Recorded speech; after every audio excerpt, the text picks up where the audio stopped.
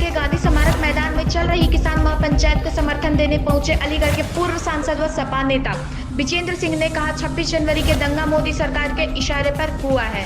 दीप सिंधु से नरेंद्र मोदी, अमित शाह व सनी देओल के संबंधों को खुलासा होने पर पूरा देश जान गया है कि बीजेपी ने ही किसानों को बदनाम करने की नीयत से षड्यंत्र को अंजाम दिया गया। इस वक्त गोंडा में अलीगढ़ जिले का जो गोंडा कस्बा है, यहाँ पर गांधी स्मारक मैदान में किसानों की सभा चल रही है और हमारे बीच में यहाँ किसानों को संबोधित करने आए हुए हैं पूर्व सांसद चौधरी विजेंद्र सिंह जी। तो हम उनसे जानते हैं। सांसद जी, ये बताइए, जिस तरह से जो 26 तारीख की जो घटना हुई है उसके पीछे आप किसका हाथ मानते हैं? देखिए, इतना स्पष्ट है कि उसमें किसान यूनियन के नेता टिकैत साहब और जितने भी हैं क्लीन चिट हैं, उनका कोई हाथ नहीं है ना किसानों का।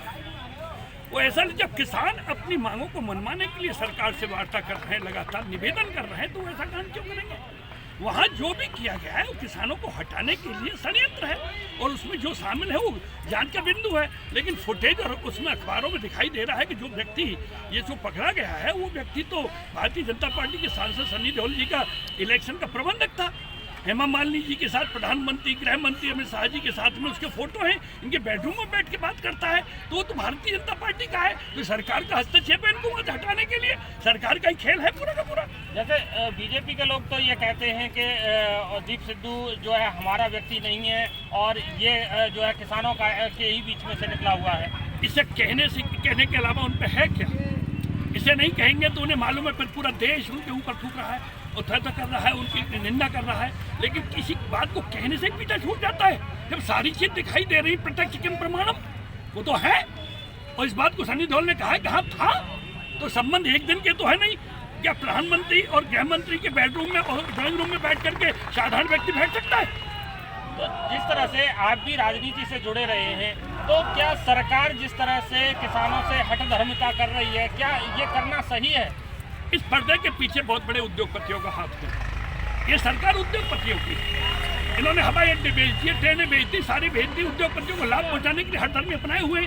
अगर किसानों के पीछे संवेदनशील होते, किसानों का दर्द उनके दिल में होता, तो निश्चित रूप तक मांगे मान जाते।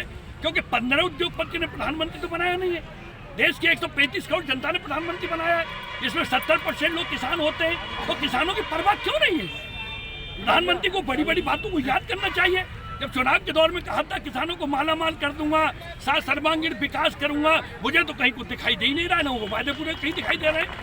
जैसे सांसद जी, एक बात बताइए, जिस तरह से मोदी जी मन की बात करते हैं पूरे देश के लोगों से, तो ऐसे में उन्हें किसान से मन की बात करने में क्या प्रॉब्लम हो रही है? प्रॉब्लम ये है कि एक तो राजनीति में, लोकतंत्र में कभी जिद का कोई स्थान नहीं होता। अभी समाजवादी पार्टी के राष्ट्रीय अखिलेश यादव जी ने भी कहा, अभी कल उपाध्यक्ष हैं जयंत चौधरी साहब ने कहा, आरएलडी के तमाम राजनीतिक दल कह रहे हैं कि भाई आप हठधर्मी क्यों कर रहे हैं किसानों से? आप कह रहे हैं किसानों को लाभ पहुंचाना चाहता हूं, किसान कह रहे हैं ये लाभ हमें नहीं चाहिए, तो उन्हें तत्काल वापस लेना चाहिए तीनों बिलों को। तो ये हठधर्मी के पीछे कौन सी ताकत है जो प्रधानमंत्री को बात किसानों की नहीं मानने दे रही है? इसके पीछे स्पष्ट है कि बड़े बड़े उद्योगपति जिनको 4.5 लाख हजार करोड़ का कर्जा माफ किया, पूरा देश बेच के जिनके हाथों में दिया, वही इस पर्दे के पीछे हैं और उन्हीं की वजह से प्रधानमंत्री इस बातों को नहीं मान रहे। सच्चाई तो यही है। जैसे 26 तारीख की जो घटना हुई उसके बाद में पुलिस का जो दबाव बढ़ा और वहाँ से किसानों की जो कमी हुई, और उसके बाद में एकदम से राकेश टिकैत जी की जो भावुक अपील हुई, उसके बाद अचानक से एकदम माहौल बदला और वहाँ किसानों का एकदम से जमावड़ा हो गया, तो उसे आप किस तरह से देखते हैं? देखिए, राकेश टिकैत किसानों के नेता है। किसान कोई एक जात और धर्म नहीं होता, सब समाज, सातों जात के लोगों का संगठन है और किसान इस देश का दिल है, खून पसीने की कमाई का एक संगठन है। अगर उनकी अपील हुई है तो पूरे देश का करोड़ों करोड़ों किसान व्याकुल उठा है और दिल्ली की तरफ चल पड़ा है। किसानों को किसी के चंदे की आवश्यकता नहीं है, किसी के पैसे की आवश्यकता नहीं है, वो स्वयं सक्षम है, हर परिस्थिति में लड़ाई लड़ना चाहता है। और मैं यकीन के साथ कह रहा हूँ, आज इतना बड़ा आंदोलन होगा देश में कि मोदी जी ने सपने में सोचा नहीं है। कितनों को मारेंगे? अंग्रेज जीत पाए थे क्या जनता से?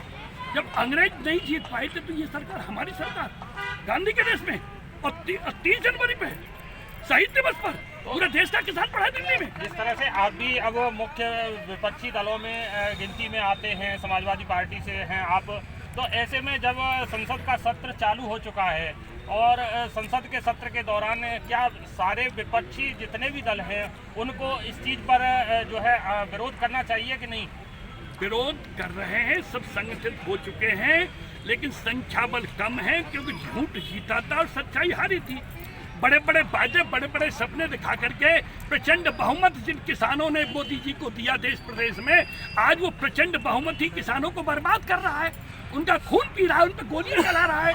वक्त आएगा जनता फिर जमीन में गिरा लेगी, लेकिन हाउस में सारे संगठन एक होकर के तीनों बिलों के खिलाफ है कि बिलों को वापस लो और किसानों की बातों को मानो, सम्मान दो उन्हें। तो आज भी है। तो एक नेता होने के नाते आप मोदी जी के लिए क्या संदेश देना चाहेंगे? देखिए, मैं प्रधानमंत्री स्पष्ट करना चाहता हूँ, किसान 70% देश की आबादी है। किसानों को सम्मान दें, किसानों को तीनों बिलों को वापस लेने की मांग को माने और उनको तत्काल प्रभाव से अपने यहाँ बुला करके उनसे वार्ता करें।